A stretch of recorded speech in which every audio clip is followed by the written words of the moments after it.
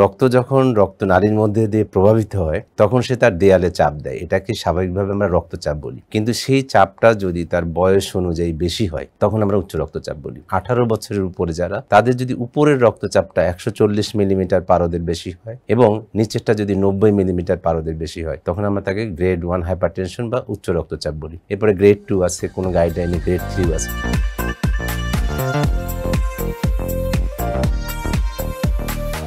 আমন্ত্রণ জানিয়ে শুরু করছি কালবেলার নিয়মিত স্বাস্থ্য বিষয়ক অনুষ্ঠান বায়োফার্মা প্রেজেন্টস স্বাস্থ্যপালায়। সাথে আছে আমি তৌহিদুল ইসলাম তারেক।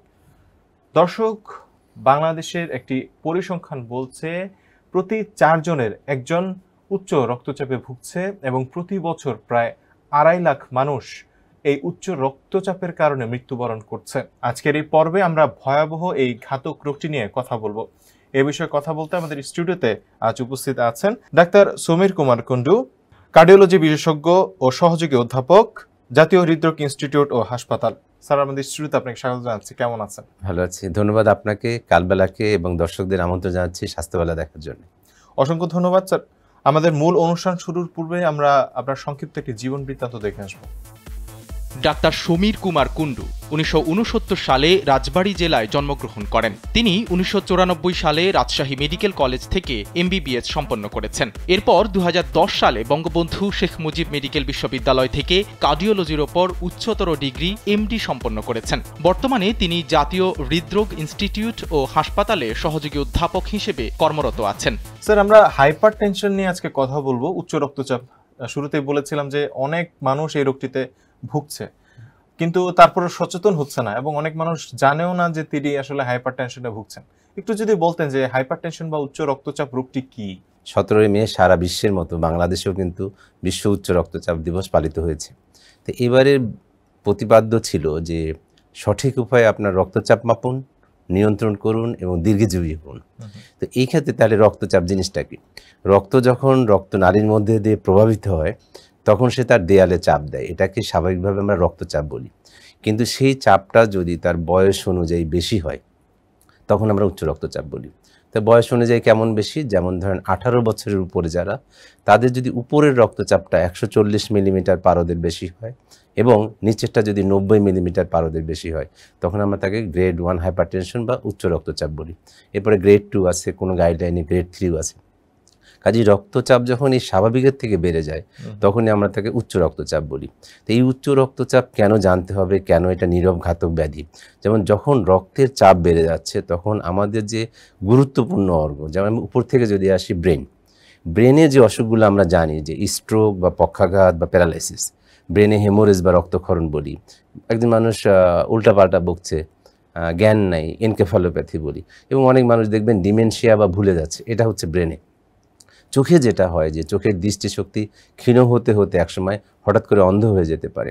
এবার আসি হার্টে আমরা যে অসুখগুলো বলে থাকি, যেমন ধরেন অ্যানজাইনা, বুকে ব্যথা, তারপর হার্ট অ্যাটাক, হার্ট ফেইলিওর, অনিয়মিত হৃদস্পন্দন, এই যে হার্টের যে কাল ব্যাধিগুলো, এগুলো কিন্তু রক্তচাপ যদি নিয়ন্ত্রণে না থাকে তাহলে হচ্ছে। পরে আসি কিডনি যে বিকল হচ্ছে, আস্তে আস্তে কার্যক্ষমতা হারানো থেকে একদম বিকল, কিডনি প্রতিস্থাপন করাও লাগছে, এটা কিন্তু উচ্চ রক্তচাপের জন্য। আরেকটা হচ্ছে যেহেতু এটা রক্তচাপ মানে রক্তনালীর সব রক্তনালীকে ক্ষতিগ্রস্ত করে ফেলে শরীরে, হাতে পায়ের রক্তনালীগুলো সংকুচিত হয়, বন্ধও হয়ে যেতে পারে। কাজে এই যে 5টা গুরুত্বপূর্ণ জায়গায় যাচ্ছে, তা কেন যাচ্ছে? রক্তের চাপটা তার স্বাভাবিকের থেকে বেশি বেড়ে যাওয়ার জন্য, এটাকেই আমরা উচ্চ রক্তচাপ বলি। স্যার, আপনি বললেন যে আসলে রক্তচাপের যে মাত্রাটা উপরে যদি 140-এর বেশি হয় বা নিচে যদি 90-এর কাছাকাছি বা এর বেশি হয় তখন সেটাকে রক্তচাপ বলছি, কিন্তু সেটা কতবার? আসলে একবার হলেই কি এটাকে আমরা উচ্চ রক্তচাপ বলতে পারি, নাকি এটার কোনো রুটিন আছে? সেই রুটিনের পরে আপনারা বলেন যে আসলে একজন মানুষ উচ্চ রক্তচাপে আক্রান্ত? এই রক্তচাপ মাপাটা কিন্তু সঠিক হতে হবে। তো এটা কীভাবে? যেমন যার মাপা হবে তার কিছু শর্ত আছে কিন্তু, যে আপনি একটা জায়গায় গেলেন, খারাপ লাগছে, একটা দোকানে গেলেন, দাঁড়ায় প্রেশারটা মেপে ফেললেন, অথবা আপনার খারাপ লাগছে যে কোনো জায়গায় মেপে ফেললেন, তাহলে কিন্তু মাপটা ভুল হবে। তো সেই ক্ষেত্রে আমরা যেভাবে করে থাকি যে 30 মিনিট আগে তার সকল ধরনের, ধরেন চা, কফি, মদ্যপান, এগুলো বন্ধ রাখতে হয়, তার অতিরিক্ত পরিশ্রম বন্ধ রাখতে হয়, খাবার খাওয়া যায় না আধা ঘন্টার মধ্যে, আধা ঘন্টা আগে এই নিয়মগুলো মানতে হবে। এবং প্রস্রাবের থলিতে যদি প্রস্রাব জমা হয়ে থাকে চাপ থাকে সেটা কিন্তু প্রস্রাব করে আসতে হবে।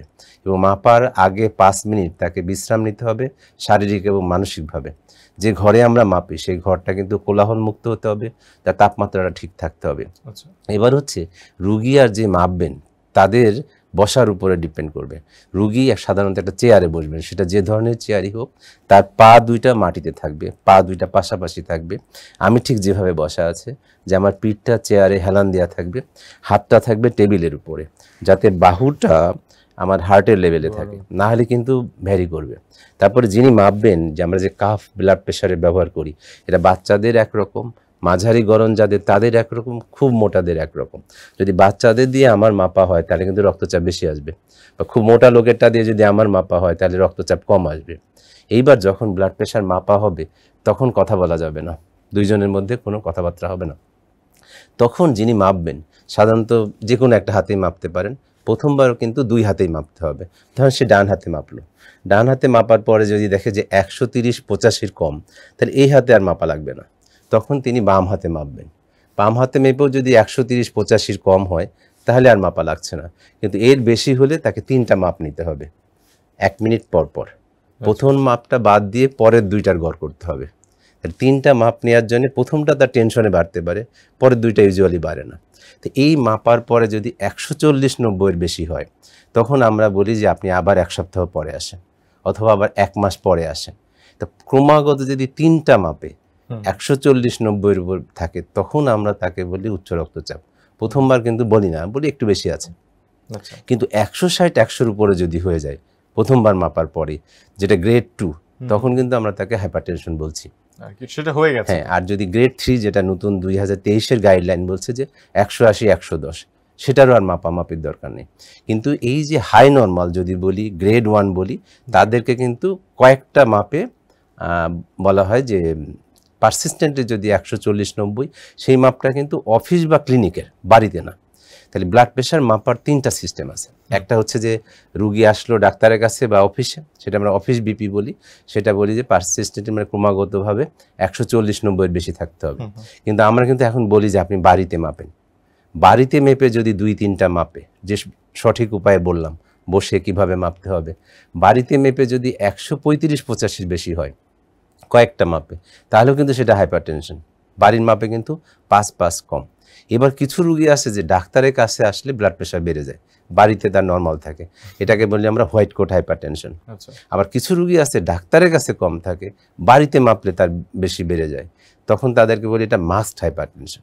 তো একটা সমস্যা হয়ে গেল না, যে রুগীর 2 জায়গায় 2 রকম। 2 রকম। তখন আমরা 24 ঘন্টার অ্যাম্বুলেটরি বিপি রেকর্ড করি, ও 24 ঘন্টার গড় করে।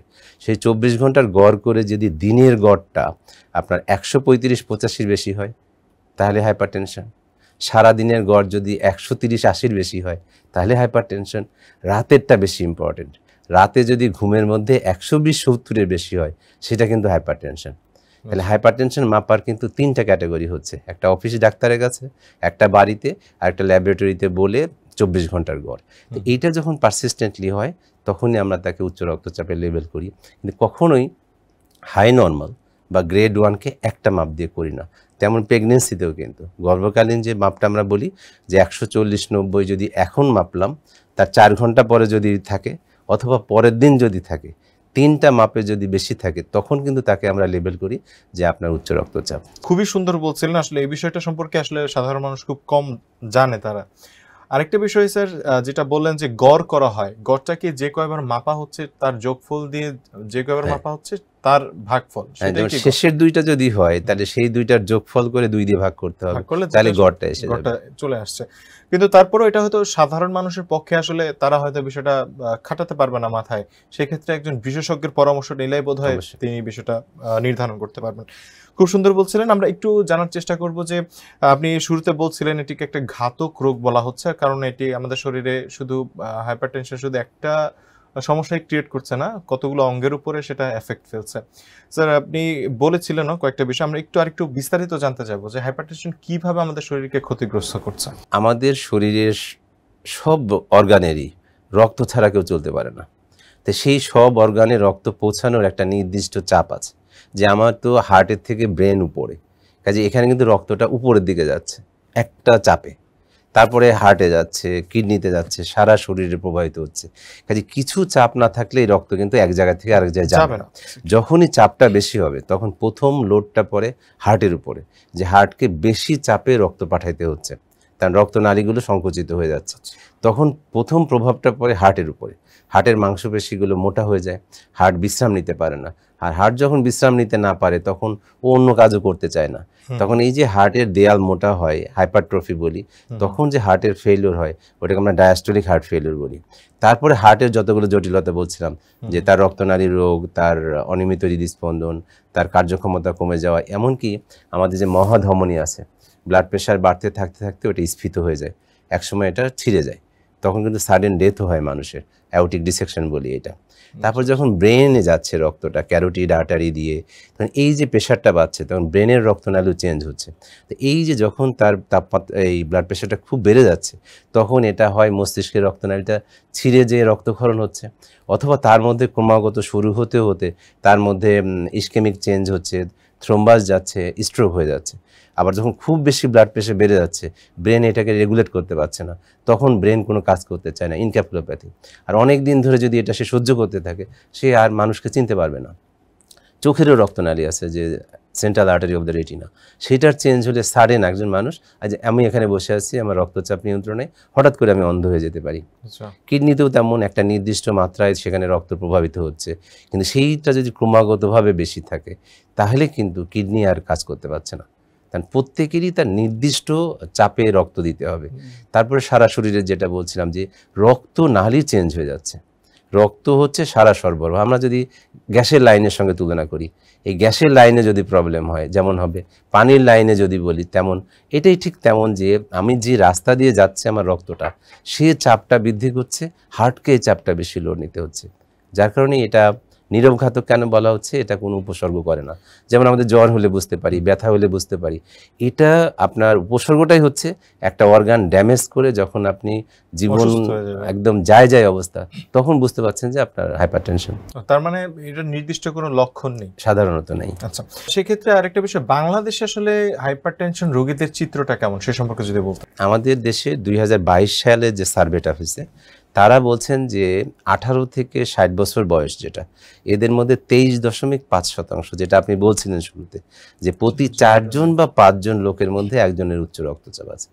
তাহলে সেই হিসাবে 3 কোটি আমাদের অ্যাডাল্ট মানুষের উচ্চ রক্তচাপ আছে, 3 কোটি মানুষের। এদের মধ্যে অর্ধেক মানুষ জানেই না তার রক্তচাপ আছে, সে কখনো মাপেও নাই, জানেও না। এরবার যারা জানে তারা কোনো রকমে 35% মানুষ ওষুধ খায়। যারা ওষুধ খায় তাদের মধ্যে মাত্র 14% মানুষের এই রক্তচাপ নিয়ন্ত্রণে আছে। তাহলে আমি একটা খুব সহজে বলি দর্শকদের জন্য, আমরা এই মুহূর্তে 7 জন মানুষের হাই ব্লাড প্রেশার পেলাম। জিজ্ঞাসা করলে জানা যাবে 3 জন জানেই না তার রক্তচাপ আছে, 1 জন জানে কিন্তু ওষুধ খায় না, 2 জন জানে ওষুধ খায় কিন্তু নিয়ন্ত্রণে নাই, শুধু 7 জনে 1 জনের নিয়ন্ত্রণে আছে। তার চিন্তা করেন 100 জন যদি আমি চিন্তা করি, তাহলে 14 জন বা 15 জনের এটা নিয়ন্ত্রণে আছে। এই যে 85% মানুষ এই ঝুঁকিতে আছে, তার কিছু হচ্ছে না, সে বলে আমি তো এই প্রেশার নিয়ে সব করছি, কিন্তু যখন ঘটবে তার ব্রেন, তার চোখ, তার হার্ট, তার কিডনি, তার রক্তনালী, সেটা তার জন্য সমস্যা, তার পরিবারের জন্য সমস্যা, সমাজের সমস্যা, দেশের পর। কারণ আপনি একটা অঙ্গহানি হয়ে গেলে চিকিৎসা করে সেই আগের অবস্থায় আনতে পারবেন না বেঁচে থাকলেও।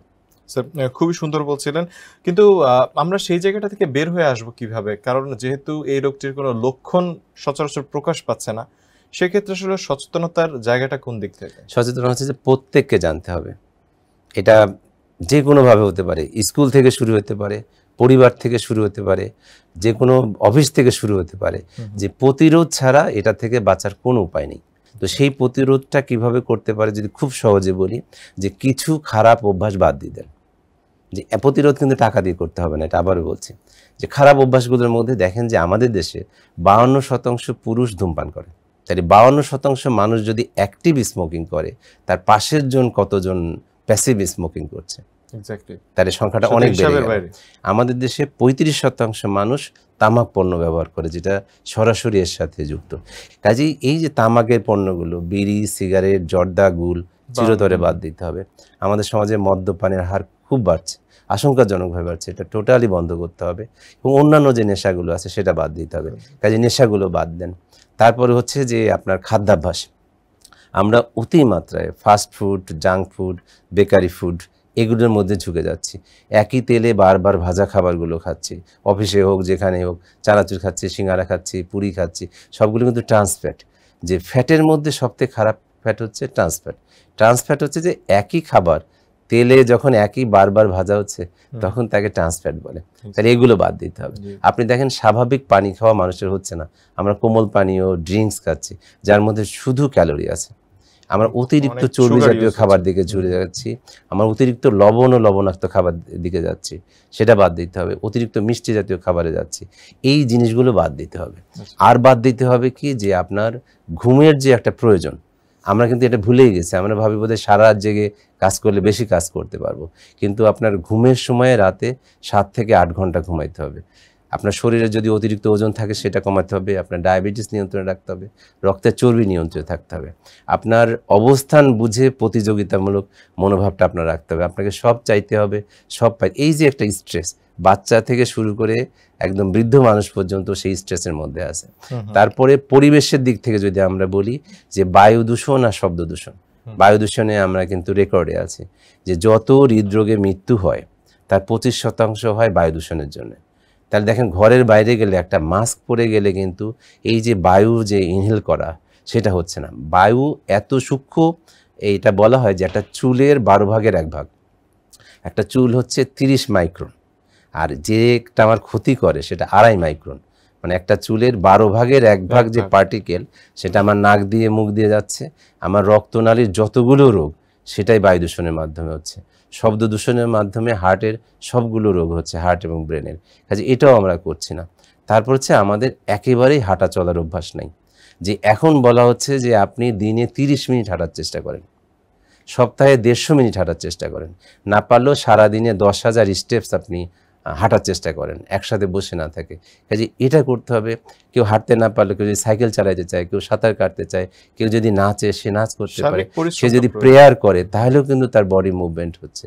কাজে সর্বোপরি খাদ্যাভ্যাস, বদভ্যাস, নেশা, শারীরিক পরিশ্রম, মেন্টাল স্ট্রেস, এই জিনিসগুলো বাদ না দিলে এই রোগগুলো, যেহেতু উচ্চ রক্তচাপের 95% কারণ আমাদের জানা নাই, তাহলে ধরেই নেওয়া হচ্ছে যে আমার স্বাস্থ্যবিধি এবং নিয়ম মেনে এই রোগটাকে আমরা প্রতিরোধ করতে পারবো, নিয়ন্ত্রণ করতে পারবো। আপনি যদি ওষুধও খান আর এই নিয়ম যদি না মানেন, ওষুধ দিয়েও নিয়ন্ত্রণ করতে পারবেন না। কাজেই আপনাকে সুস্থ থাকতে হলে স্বাস্থ্যবিধি মানতে হবে। আপনার এই কথার মাধ্যমে আসলে রিস্ক ফ্যাক্টরগুলো চলে আসছে। একটু জানতে চাইবো যে আমাদের যুব সমাজ যারা অল্প বয়সে, তাদের মধ্যে আসলে হাইপারটেনশনের সংখ্যাটা বাড়ছে, এর পেছনের কারণগুলো আসলে কি? একটা বলি যে জন্মগত কারণেই হতে পারে, যেটা আসলে তার কিছু করার নেই। যেমন ধরেন যে আমরা মায়ের পেটে যখন হার্টের ডেভেলপমেন্ট হয় তখন আমাদের যে ধমনির ডেভেলপমেন্ট হয়, তো ধমনির মহাধমনির আর্চপ দেওয়াটা একটা জায়গা আছে, ওইখানে একটা শেলফের মতো হয় বাধা। এই বাধা যাদের আছে তাদেরকে বলি আমরা কোয়াক্টেশন অফ অ্যাওর্টা। এই বাচ্চা কিন্তু জন্মে থেকেই রক্তচাপ নিয়ে জন্ম নিচ্ছে। কাজে সব যে হচ্ছে না। তারপরে বংশগত কারণ আছে, বয়সের কারণ আছে, পুরুষ মহিলায় পার্থক্য আছে। তো ইয়াং জেনারেশনের মধ্যে হচ্ছে প্রথমে যদি বলি যে তাদের কোনো ধরনের খেলাধুলা নেই, তারা ইন্টারনেটে আসক্ত, খেললেও গেম খেলছে মোবাইলে, তারা মাদকে আসক্ত, তামাকে আসক্ত, বিভিন্ন ধরনের দ্রব্যে আসক্ত, তাদের স্ট্রেসটা খুব বেশি, তাদের খাদ্যাভ্যাসটা, বাবা মার রান্না তারা খাই না, বাসার যেটা, তারা বাইরের খাবার খাচ্ছে, লবণাক্ত খাবার খাচ্ছে, অতিরিক্ত চর্বি জাতীয় খাবার খাচ্ছে, ফাস্ট ফুড খাচ্ছে। তো এইগুলো হচ্ছে ইয়াং জেনারেশনের জন্য সব থেকে বেশি। আর একটা কারণ হয় যে প্রস্রাবের ইনফেকশন, এটা কারণেও হয়। আর বাকি যে কারণগুলো 5% জানা যায়, সেটা হচ্ছে কিডনির কিছু অসুখের কারণে, হরমোনের কিছু অসুখের কারণে, তারপরে হচ্ছে আপনার প্রেগনেন্সিতে মহিলাদের হচ্ছে কোয়াক্টেশন অফ অ্যাওর্টা যেটা বললাম, সেটা হচ্ছে ড্রাগসের কারণে, যে ব্যথার ওষুধ খাচ্ছে মানুষ, স্টেরয়েড ওষুধ খাচ্ছে, মহিলারা জন্ম নিয়ন্ত্রণের ওষুধ অনেক দিন ধরে খাচ্ছে ডাক্তারের পরামর্শ ছাড়া, তারপরে বিভিন্ন ধরনের অ্যান্টি ডিপ্রেসেন্ট ওষুধ, সেগুলোর জন্য হচ্ছে। কাজে ওষুধ থেকেও একটা জিনিস আসতে পারে। তারপরে খাদ্যাভ্যাস, এবং কিছু মানুষ আছে দেখবেন যে তারা স্বাস্থ্যবান, মোটা ভুঁড়ি আছে, তাদের রাতে ঘুমের মধ্যে নাক ডাকে এবং দম বন্ধ হয়ে যায়। এদের দেখলে বুঝবেন কিভাবে, এরা সকালে উঠলে ঝিমঝিম ভাব, দিনের মধ্যে ঘুমাচ্ছে, এটাগুলো অবস্ট্রাকটিভ স্লিপ অ্যাপনিয়া। এদের কিন্তু খুব বেশি উচ্চ রক্তচাপ হচ্ছে, এবং এটা কিন্তু ওবেসিটির জন্যে। কাজেই উচ্চ রক্তচাপ যেমন জন্মগতভাবে হচ্ছে, এটা যুব বয়সে হচ্ছে, মাঝারি বয়সে হচ্ছে, বৃদ্ধ বয়সে হচ্ছে। 60 বছরের পরে যে ডাটাটা সেটা আমরা দিইনি, সেটা হচ্ছে 49%। তাহলে 60 বছরের উপরে 100 জনের দেখেন 49 জনের উচ্চ রক্তচাপ আছে, এবং এটা একটা মানুষ যখন অ্যাক্টিভ থাকে ঠিক সে সময়ে সেই পরিবারকে আঘাত আনে।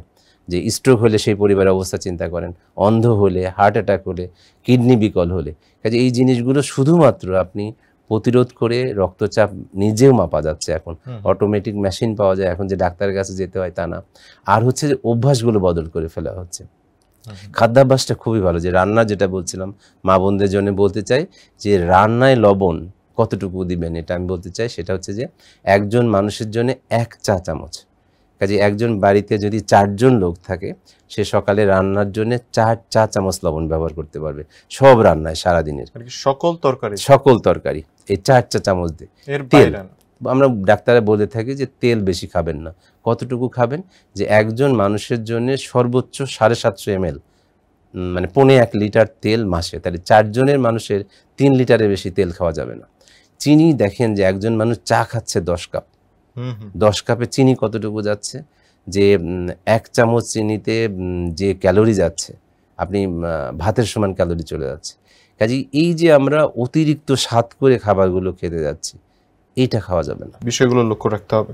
প্রেগন্যান্সির একটা কথা বলছিলেন, আমরা একটি পরিসংখ্যান থেকে জানতে পারি যে আসলে প্রেগন্যান্সি ডেথের পিছনে আসলে উচ্চ রক্তচাপের একটা বড় একটা ভূমিকা থাকে। এই সম্পর্কে যদি একটু বলতেন।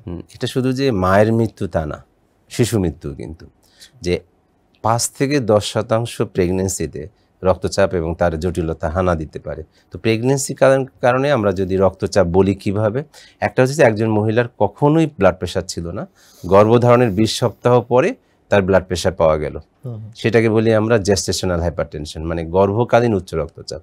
কিন্তু তার এই উচ্চ রক্তচাপটা বিয়ের আগেও থাকতে পারে এবং গর্ভধারণের 20 সপ্তাহ আগেও থাকতে পারে, সেটাকে বলি আমরা ক্রনিক হাইপারটেনশন। এর সঙ্গে যদি তার প্রস্রাবে আমিষের পরিমাণ অ্যালবুমিন বেড়ে যায়, তখন আমরা প্রি এক্লাম্পসিয়া বলি। যখন আরও খারাপ পর্যায়ে যায়, যে রোগীর খিঁচুনি হয়, বিভিন্ন অর্গান ডিসফাংশন হয়, জীবন ঝুঁকিপূর্ণ হয়, তখন আমরা এক্লাম্পসিয়া বলি। আবার উচ্চ রক্তচাপ বেশি থাকতে থাকতে রক্তগুলো ভেঙে যায়, লিভারের এনজাইম বাড়ে, রক্তের অনুচক্রিকা কমে যায়, সেটাকে বলি হেল্প সিনড্রোম। কাজে এই যে কন্ডিশনগুলো বললাম, গর্ভকালীন উচ্চ রক্তচাপ, তার ক্রনিক রক্তচাপ, pre eclampsia, eclampsia, help syndrome, এগুলো সবগুলি মাতৃমৃত্যু, শিশু মৃত্যু হতে পারে। শিশু মারা না গেলেও তার ওজন কম হতে পারে, সে আগে ডেলিভারি হতে পারে, তার অন্য অর্গান ডিসফাংশন হতে পারে। কাজে গর্ভকালীন সময়ে তার নিয়মিত চেক আপে রক্তচাপ নিয়ন্ত্রণ করতে হবে, কারণ এই সময় কিন্তু সব ওষুধ খাওয়া যায় না, হাতে গোনা 3-4টা ওষুধের বেশি দেওয়া যায় না। কাজে এটা চিকিৎসকের পরামর্শে একদম নিয়মিত থাকতে হবে। তার কিন্তু ডেলিভারিটাও 37 সপ্তাহে করা লাগতে পারে, এবং অনেকে প্রি এক্লাম্পসিয়া প্রিভেনশনের জন্য অ্যাসপিরিন গ্রুপের ওষুধ দিয়ে থাকেন ডাক্তারের পরামর্শে। তো এগুলো দিয়ে যে আপনার অনাগত বাচ্চা যে আসবে তার স্বাস্থ্য এবং নিজের জীবন ঝুঁকি কতটা আছে, এটার জন্য নিয়মিত গর্ভকালীন সময়ে রক্তচাপটা পরীক্ষা করা উচিত। আমরা একটু চিকিৎসায় আসব। যিনি আসলে উচ্চ রক্তচাপে ভুগছেন, তাদেরকে আপনারা কিভাবে শনাক্ত করেন এবং কি ধরনের চিকিৎসা তাদের দিয়ে থাকেন? একদম যদি সঠিক রক্তচাপ বলি, অ্যাডাল্টের 120/80-র নিচে, 120 থেকে 140 এই রেঞ্জটাকে আমরা নর্মাল বলি, আরেকটু বলি হাই নর্মাল। যখন 140-90-এর উপরে চলে যায় তখন আমরা বলি গ্রেড 1 হাইপারটেনশন। তো ধরেন আমারই হলো, তখন আমার যদি এই 140-90-এর উপরে থাকে, এবং আমার যদি ডায়াবেটিস থাকে, আমার যদি ব্রেনের অসুখ থাকে, আমার যদি হার্টের অসুখ থাকে, আমার কিডনির অসুখ যদি থাকে, আমার যদি ডায়াবেটিস থাকে, তাহলে আমাকে ওষুধ শুরু করতে হবে। না হলে আমরা গ্রেড 1-এ সাধারণত বলি যে জীবনযাত্রাটা পরিবর্তন করে দেখেন। সেই জীবনযাত্রার পরিবর্তনটা আমরা কি বলে থাকি, যে একজন মানুষের ওজন যদি 1 কেজি কমে, তার 1 মিলিমিটার মার্কারি ব্লাড প্রেশার কমে। সে যে ধরনের খাবারের কথা বললাম, শাকসবজি, ফল, মাছ এবং স্বাস্থ্যকর খাবার খেলে 11 ব্লাড প্রেশার কমতে পারে। সে যদি লবণ বাদ দেয় খাবারে, 5 ব্লাড প্রেশার কমতে পারে। সে যদি ফল খায়, যদি ডাক্তারের নিষেধ না থাকে, তাহলে 4 ব্লাড প্রেশার কমতে পারে। সে যদি প্রতিদিন 30 মিনিট হাঁটে, তাহলে 4 ব্লাড প্রেশার কমতে পারে। সে যদি মদপান আর ধূমপান বাদ দেয়, তাহলে 4 কমতে পারে। এই 6টা যে স্বাস্থ্যবিধি মানলে তার কিন্তু ব্লাড প্রেশারটা কমে আসবে। যখন দেখা যাচ্ছে যে 3 থেকে 6 মাসের মধ্যেও তার ব্লাড প্রেশার কমলো না, তখন আমরা ওষুধ শুরু করি। কিন্তু গ্রেড 2 যেটা 160-100-র বেশি, তাকে আমাদের প্রথম থেকেই ওষুধ শুরু করতে হয়। আর যেটা গ্রেড 3 180-110-এর উপরে, তাকে প্রথম থেকে ওষুধ দেওয়া হয়। এবং ওষুধের পাশাপাশি এই স্বাস্থ্যবিধিটা আমরা স্ট্রিক্টলি ফলো করতে বলি। এবং ব্লাড প্রেশারের টার্গেটটা যে 3 মাসের মধ্যে তার টার্গেটে আসতে হবে। সেই টার্গেটটা হচ্ছে যে 18 থেকে 65 বছর বয়স যদি হয়, তাহলে আমরা বলি 130-80-র মধ্যে রাখতে হবে। যদি 80 বছর 65 থেকে 80 হয়, তখন বলি আমরা 140-80-র মধ্যে রাখতে হবে। যদি 80 বছরের উপরে হয়, তাহলে একটু বেশি বলি 140 থেকে 150, নিচেরটা 80-র নিচে। তো এই মাত্রাটা আসতে কিন্তু 3 মাস সময় লাগতে পারে। কিন্তু ওষুধ খেলে যেটা হয়, বেশিরভাগ মানুষ ওষুধ খেয়ে প্রেশার কন্ট্রোল হয়ে গেলে আর ওষুধ খায় না, ওষুধ বদলিয়ে ফেলে। কিন্তু তার বুঝতে হবে যে আমার কোনো কারণ জানা নাই, ওষুধ খেয়ে আমার ব্লাড প্রেশারটা নিয়ন্ত্রণে ছিল। কাজেই ওষুধ এবং আমার জীবনযাত্রা এটা আমাকে পালন করতে হবে। অনেকে দেখবেন যে ব্লাড প্রেশার বাড়লে তেঁতুল খাওয়া শুরু করছে, যে তেঁতুল খেলে ব্লাড প্রেশার কমে যাবে। আসলে তেঁতুলের সাথে গবেষণায় এখন পর্যন্ত এটা প্রমাণিত হয়নি। কারণ তেঁতুলের মধ্যে পটাশিয়াম থাকে, সে কিছুটা নিচের প্রেশার 2, 4, 5 কমাইতে পারে। কিন্তু যে খুব বেশি ব্লাড প্রেশার বেড়ে গেল, তখন আপনি সারাদিন ভরে তেঁতুল খুঁজলেন, তেঁতুল লবণ দিয়ে খেলেন, এতে আরও ক্ষতি হতে পারে। লবণ দিয়ে খাচ্ছে, অবশ্যই। এক্স্যাক্টলি, খুব সুন্দর বলছিলেন। কিন্তু যদি প্রেশার বেড়ে যায়, ইমিডিয়েটলি কমানোর কোনো ওয়ে আছে কিনা? প্রথম কথা হচ্ছে যে আগুন লাগলে পেট্রোল ঢালা যায় না, তো পানি ঢালতে হবে। প্রথম হচ্ছে কুল ডাউন, যে প্রথম মাত্রাটা হচ্ছে যে 20/10 কমাইতে হবে। ধরেন একজনের 220 হয়ে গেল, তার কিন্তু 140 আনতে হবে না। তার যদি প্রথম ধাক্কায় 20 আর 10 কমে, তাহলে কিন্তু তার 50% ঝুঁকি কমে যাচ্ছে অ্যাটাকগুলোর। আচ্ছা, তো সেটা কেমন? সে জাস্ট রেস্ট নিলে, চিন্তামুক্ত থাকলেই কিন্তু কমে যাবে। কিন্তু তাকে ডাক্তারের কাছে যেতে হবে। এর মাঝখানে দোকানে যেয়ে কোনো ওষুধ খাওয়া যাবে না। কারণ স্ট্রোকের সাথে যদি হয় ব্রেনের, তাহলে ব্লাড প্রেশার কন্ট্রোলের নিয়ম একরকম। যদি আপনার অন্য ম্যালিগনেন্ট হাইপারটেনশন, তার এক নিয়ম। হার্টের অসুখের সাথে যদি হয়, তার এক নিয়ম। কিডনির অসুখের সাথে হলে তার এক নিয়ম। প্রেগনেন্সির সাথে হলে এক নিয়ম। ডাক্তার ঠিক করবেন যে এই প্রেশারটা কোন ক্লিনিক্যাল সেট আপে। যেমন শুধু ব্লাড প্রেশার যদি এইরকম বাড়ে 180-100-র বেশি, আমরা বলি সেটা হাইপারটেনসিভ আর্জেন্সি, সেটা হাসপাতালে যেতে হবে এবং ওষুধ মুখে খেয়েই কন্ট্রোল হবে। কিন্তু হাইপারটেনসিভ এমার্জেন্সি যেটা, এর সাথে যদি ব্রেনের সমস্যা, চোখের সমস্যা, হার্টের সমস্যা, কিডনির সমস্যা হয়, সেই ক্ষেত্রে হাসপাতালে ভর্তি হবে এবং সেই ক্ষেত্রে কিন্তু ইনজেক্টেবল ওষুধ ব্যবহার করা হয়। কিন্তু যেখানে ইনজেক্টেবল ওষুধ নাই, সেখানে বাকি নিয়ম ম্যানেজ করে চলতে হবে। কাজেই চিকিৎসার ব্যাপারটা চিকিৎসকের হাতে ছেড়ে দিতে হবে। স্যার, আরেকটু জানতে চাবো যে আপনি লক্ষণের কথা বলেছেন, কোন দৃশ্যমান লক্ষণ পাওয়া যায় না, কিন্তু আমাদের দেশে তো এখনো যেহেতু ওই সচেতনতা তৈরি হয়নি, সেক্ষেত্রে কি এমন কোনো বিষয় আছে কিনা যাতে একজন ব্যক্তি বুঝতে পারবে যে তিনি কোনো ধরনের সমস্যায় ভুগছেন এবং তাকে ডাক্তারের কাছে যাওয়া উচিত? প্রথমত তার বুঝতে হবে যে আমি এটা ঝুঁকির মধ্যে আছি কিনা, যে আমার বাবা মার আছে, ভাই বোনের আছে, তার একটু সাবধানে থাকতে হবে। বাবা মার ডায়াবেটিস আছে, আমার ডায়াবেটিস আছে, তার সাবধানে আছে। তার নিয়মিত একটা ব্লাড প্রেশারের রেকর্ড করার অভ্যাস থাকতে হবে। এখন যেগুলো মানুষের সিমটম বলে, যেমন বলাই হচ্ছে যে মাথার রক্তনালীর প্রেশার যদি বাড়ে, তাহলে কেউ বলে যে ঘাড়টা কেমন লাগছে, ঘাড়ের পিছনে ব্যথা হচ্ছে, মাথার পিছনে ব্যথা হচ্ছে, চোখে যাচ্ছে, ঘাম লাগতেছে, বমি বমি ভাব লাগছে, মাথা ঘুরাচ্ছে, পড়ে যাব, দুর্বলতা। এগুলো কিন্তু ভেগ সিমটম, যে এটা মানেই যে ব্লাড প্রেশারের সিমটম তা কিন্তু না। কিন্তু এরকম হতে পারে, কিন্তু বেশিরভাগ মানুষ জটিলতা নিয়ে আসে, সেটাই আমরা কি সিমটম হিসেবে গণ্য করি। আরেকটু জানতে চাইবো যে আমাদের দেশে আপনি বলছিলেন যে এক একজনের এক এক ধরনের জায়গা থেকে সে হাইপারটেনশনে ভুগছে, আমাদের দেশে কোন ধরনের সমস্যাটা খুব বেশি পরিলক্ষিত হয়? আমাদের দেশে তো বললাম প্রথমে যে আমরা ভৌগোলিক যে অবস্থানে আছি, কারণ আমাদের খাদ্যাভ্যাসটা, আমাদের জেনেটিক কারণে, আমাদের বয়সগত কারণ, সব দেশে এটা, লিঙ্গগত কারণে, এগুলো কিন্তু আমাদের হাতে নাই। কাজে আমাদের দিক থেকে যে কিডনির একটা সমস্যা, যে প্রস্রাবের ইনফেকশন, এটা আমরা গণ্য করতে চাই না, এটা হয়। কিডনির রক্তনালীগুলো সংকুচিত থাকে, সেটা হয়। কিডনিতে সিস্ট থাকে, সেটা থেকে হয়। তারপরে যে হরমোন যেগুলো বলছিলাম, যে অ্যাড্রিনাল গ্ল্যান্ডের, থাইরয়েড গ্ল্যান্ডের, পিটুইটারি গ্ল্যান্ডের, এই হরমোনগুলোর কারণ হয়। কিন্তু কারণ জানা যাচ্ছে মাত্র 5% মানুষের। কারণ মানুষ আসছেই কম। হ্যাঁ, মানে এটা জানাই যায় না। বিশ্বের উন্নত বিশ্বেও 5%-এর বেশি কারণ জানা যায় না। 95% মাল্টিফ্যাক্টোরিয়াল ধরে নেওয়া হয়, যে আমরা যতগুলো বললাম যে এই কারণে হতে পারে। যেমন খাদ্যাভ্যাসের মধ্যে আমরা লবণটাকে খুব প্রাধান্য দিই, তেলটাকে প্রাধান্য দিই, চিনি ছাড়া কিন্তু খাবার হয় না, না, আমাদের অলসতা বেশি, আমরা অফিসে কায়িক কাজ পরিশ্রম করছি, করছেন। বসেই থাকি, যে আমাদের যে একটু হেঁটে আসা উচিত বা হাঁটা উচিত অফিসে যাওয়ার আগে বা দোকানে যাওয়ার আগে, বাসায় ফেরার আগে একটু হাঁটা, রাতে একটু হাঁটা, এই হাঁটার অভ্যাসটাই নেই। কারণ আপনি যেখানেই যাবেন হয় রিক্সা আছে, নয় অটো আছে, আপনি ডাক দিলেন চলে গেলেন। চলে গেল। কিন্তু ওই রকম যদি হতো যে আপনার প্রাত্যহিক কিছু হাঁটার ব্যবস্থা আছে, শারীরিক পরিশ্রমের ব্যাপার আছে, মানসিক ব্যাপারটা কিন্তু যে আমরা মনের ব্যাপারটায় জোর দিচ্ছি না। মন কিন্তু হৃদরোগের জন্য সবচেয়ে বড় জিনিস। কাজেই আপনার ঘুমটা দরকার, আপনার মনের শান্তি দরকার, পারিবারিক শান্তি দরকার। কিন্তু আমাদের মধ্যে কিন্তু প্রতিযোগিতা খুব বেড়ে যাচ্ছে। এই Exactly. প্রতিযোগিতা কিন্তু বাচ্চাদের মধ্যেও বেশি। ওর একটা খেলার জায়গা নাই, ওর গান বাজনা বিতর্কের জায়গা নাই, ওর শুধু পড়ো পড়ো, ফার্স্ট হইতে হবে, এমনি এই জায়গায় যেতে স্কুলগুলোতেও হবে, খেলার মাঠ থাকছে নাই। না। ওর খাবারটা দেখেন, সব খাবারগুলো কিন্তু মা বাবা বা আত্মীয় স্বজনই দিচ্ছে। এই চকলেট থেকে শুরু করে, বার্গার থেকে শুরু করে, ড্রিঙ্কস থেকে, Chips, ও কিন্তু এটাই অভ্যস্ত হয়ে যাচ্ছে। কাজে এমন একটা পরিস্থিতি আমরা যাচ্ছি যে আমরা হয়তো অনেক কিছুর মানে উন্নত হচ্ছে, যেমন কমিউনিকেবল ডিজিজ, সংক্রামক রোগ কিন্তু একদম কমে আসছে। আমাদের দেশে এখন 70% মৃত্যু হচ্ছে অসংক্রামক ব্যাধি, মানে এই মেটাবলিক ডিজিজগুলো। কাজে এটাকে যদি এখনই প্রিভেন্ট না করা যায়, যে সারা বিশ্বের যে ওয়ার্ল্ড হার্ট ফেডারেশন, তারা 2025 সালের মধ্যে অসংক্রামক মৃত্যুকে 25% নামানোর টার্গেট, আমরা কিন্তু 70% আছি। আচ্ছা, কাজে এই বিশাল জনগোষ্ঠীর এই বিশাল চিকিৎসার ভার নেওয়া সম্ভব না প্রতিরোধ ছাড়া। স্যার আমরা অনুষ্ঠানের একদমই শেষ পর্যায়ে চলে এসেছি।